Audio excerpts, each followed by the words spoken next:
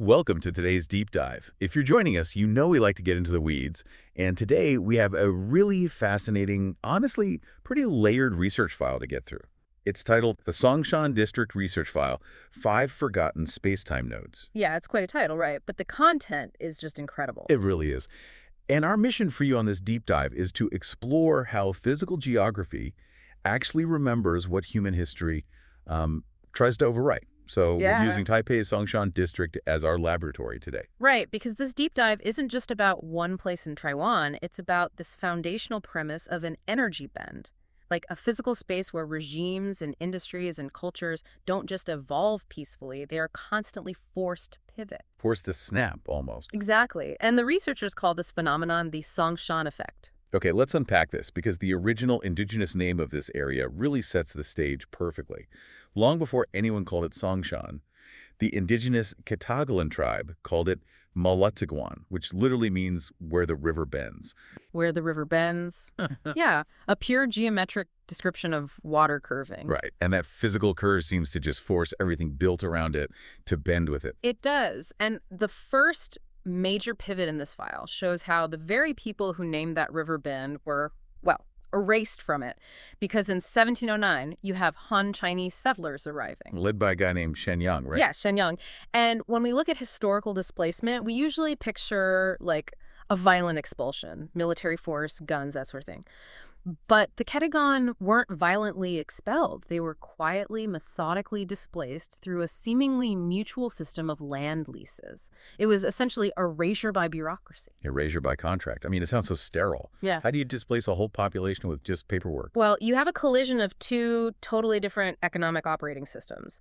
The Kelagalan viewed the land communally, as shared hunting grounds. But the settlers arrived with the concept of private property, written leases, a cash-based tax system. So they offered to lease the hunting grounds to turn them into agricultural plots.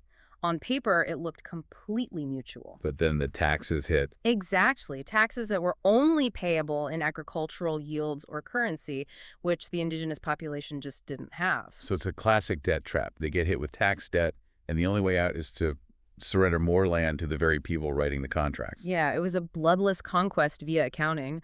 Over a few generations, the economic pressure just squeezed them out. And there's a real structural silence in the historical record about this. What do you mean by structural silence? Well, the Qing Dynasty documents meticulously record the name of the Han settler, Shen Yang. We know exactly who he was, but the indigenous leaders who signed their lands away, the archives just list them generically as chiefs. No names. Wow.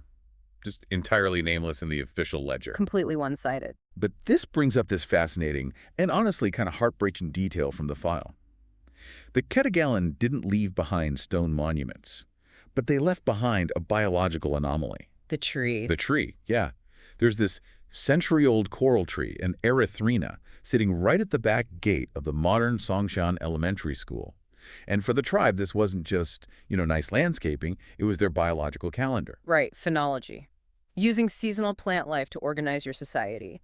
When this specific tree produced these bright red flowers, it was the signal for the whole community to start the spring harvest festival. It was a living clock. Yeah, a clock. But today, despite casting this dense shade that is physically like 2 to 3 degrees cooler than the surrounding asphalt, the tree has inexplicably stopped blooming. It just drops leaves. No red flowers at all. Botanists will say the asphalt choked the roots, or the urban heat island effect ruined the microclimate. Sure, science has an answer.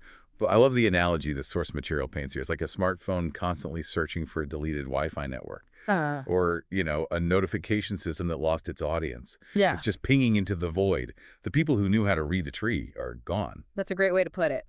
And it's funny because while the original inhabitants were pushed out, the new arrivals found themselves inexplicably pulled to the exact same geographical anchor points. Oh, this is the Ciyou Temple part, right? Yeah. Where human commerce tries to wrestle with the physical geography. Yeah. So in 1753, the settlers built Ciyou Temple to worship the sea goddess Mazu, and they purposefully build it facing the river. Because in traditional feng shui, water represents yin energy, it's fluid, it's logistics, it represents the flow of wealth. Which makes perfect sense for a river trade hub. Exactly. But then, just 4 years later, in 1757, they do something drastically different. They physically rotated it, which is wild. They turned the entire temple structure away from the river to face the street. They did, because the street represents yang energy. Static structures, commerce, retail exchange. The river had started to silt up, so large trading boats couldn't dock anymore. The economic engine had to shift from wholesale water logistics to land-based retail. So the architecture literally froze an economic shift in time. Yes. And that street commerce got so intense, it actually birthed this really cool urban planning legend, the legend of the carp. Okay, I love this part. Break down the carp for us. So local leaders felt the street's commercial energy was just too chaotic. It needed to be stabilized. So they conceptualized the whole street as a single living organism, a carp. A giant fish. A giant fish. But instead of building one massive temple to anchor it, they dissected the energy of this carp across 4 separate temples along the street. You have one temple as the mouth, Ciyou Temple is the core, another is the body, and the last is the tail. Which, if you strip away the mysticism for a second, is just brilliant early urban zoning. Oh, absolutely. Like if you put all your spiritual and commercial gravity in one spot, you just create a massive bottleneck. But by distributing the body parts of the carp down the street, you force foot traffic to spread out, which distributes the wealth to all the vendors along the way. It's a distributed network of spiritual anchors functioning as an economic regulator. Right. But, okay, is there some sort of geographic gravity at play here? Because my skeptical brain was flashing red when I read about George Leslie Mackay. The Scottish missionary. Yeah. In 1875, this Scottish Presbyterian missionary shows up, and he builds his church on the exact same physical ferry crossing coordinate as the original temple's orientation. 2 completely different cosmic viewpoints, blindly dropping anchor on the exact same spot. Is it magic or is it just geography? It's geography dictating movement. The physical river bend creates a logical choke point for a ferry. People get off the boat there. So of course you build a church there. Exactly. But the crazy thing is that human beings dress up this geographic gravity in completely different cosmic clothing. You have Taoist Mazu beliefs on one hand and a Scottish Presbyterian missionary on the other. They have opposing views of the universe, but the physical land forces both of them to put their monuments on the exact same coordinate. It's like the land demands a monument there, regardless of who your deity is, and you can still feel that intense overlapping energy today. The file talks about the sensory contrast between the temple and the night market. Oh, the Rohite market. Yeah. During the day, Ciyou Temple has this incredible warmth. You have smooth, polished blue stone steps, the heavy smell of incense. It's pure, slow-moving yin energy. But at night, the adjacent Rohite night market takes over. Total chaos. Complete sensory whiplash, sizzling oil, shouting vendors, shoulder-to-shoulder crowds. It's the ultimate yin and yang physical manifestation right on the same groove of land. Yeah, and this concept of invisible structures dictating human movement, it doesn't just apply to ancient feng shui or religious sites. It governs modern, concrete military infrastructure as well. Which is where the file scales up from local street vendors to literally global empires. The Songshan Airport, the timeline of this place is just staggering. It really is. Built in 1936, right, by the Japanese. And by 1937, it's the primary base for Japanese bombers attacking China. Then 1938, it's the site of the first foreign air raid on Taiwan by the Soviets. Which is wild. I had no idea the Soviets bombed Taiwan. Most people don't. It totally falls out of the standard history textbooks. And then 1945, Subhas Chandra Bose, the Indian independence leader, dies in a plane crash right on that tarmac. 3 empires all colliding on one specific patch of asphalt. What's fascinating here is what happened to the airport's 3rd runway. The vanished one. Yeah, the vanished runway. The Japanese military built it because they needed more capacity during the war. But later, because of resource scarcity, it was physically wiped off the map. They tore up the asphalt to use for other projects. So it's just gone. Geometrically, yes. Visually, it ceases to exist. But tearing up asphalt doesn't erase the deep physical preparations.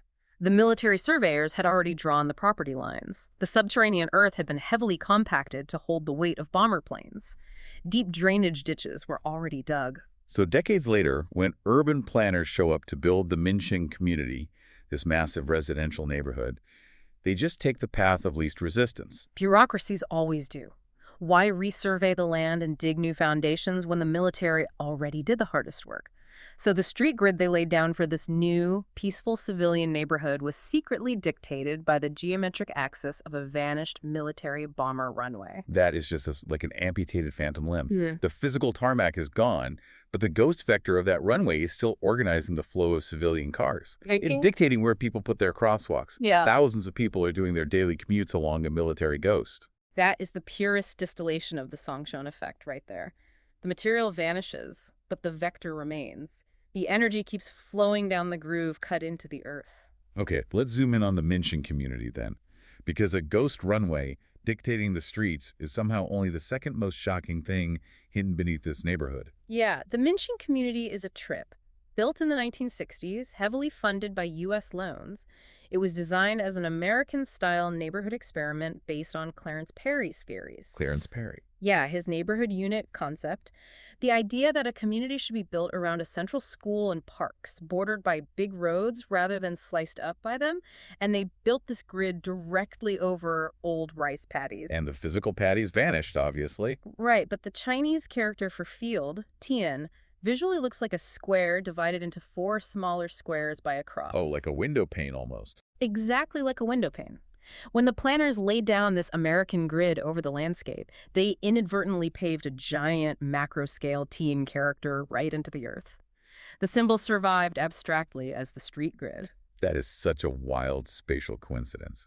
But there is a much darker contrast hiding in that same grid, and this really stopped me in my tracks. The junior high school. Yes, Minsheng Junior High School, which is, the ultimate space of childhood, hope, the future, peak yang energy, but it sits directly, geographically, on top of a WWII allied POW camp. Extreme yin energy. Starvation, forced labor, death. And I just keep thinking, how does a society walk over a site of such intense historical trauma every single day? Kids are bouncing basketballs over it in their sneakers, and there isn't a single plaque to mark the transition. Well, from a sociological standpoint, a rapidly developing city almost requires collective amnesia. Yeah. If you memorialized every scar, the sheer weight of the history would paralyze modern development, so they just pave over it. Erasure by omission. Right. And that bureaucratic amnesia connects perfectly to the final node in our file. The Songshan Tobacco Factory. Built in 1937, and it was massive. Calling it a factory almost feels like a joke. It was an industrial village. Yeah, hospitals, bathhouses, childcare, and massive artificial ponds for the cooling systems. Yeah. But eventually, it was abandoned and just allowed to rewild, and without any human intervention, real biological carp naturally returned to those ponds. Which is such a bizarre physical echo of the symbolic feng shui carp from the street temples centuries earlier. Yeah. Like nature reclaims this industrial wasteland and just puts actual carp back in the water. It's the symbol and the biology looping back on each other. But the ultimate absurdity of the Songshan effect is what happened to the factory's name. Oh, the rezoning. Yes. Due to modern municipal rezoning, borders got shifted. So the Songshan Tobacco Factory is now actually located in the neighboring Ciyou District. Its name is just an exile, completely detached from its physical coordinates. It's a ghost name. So what does this all mean? We've got displaced tribes, ghost runways, exiled names.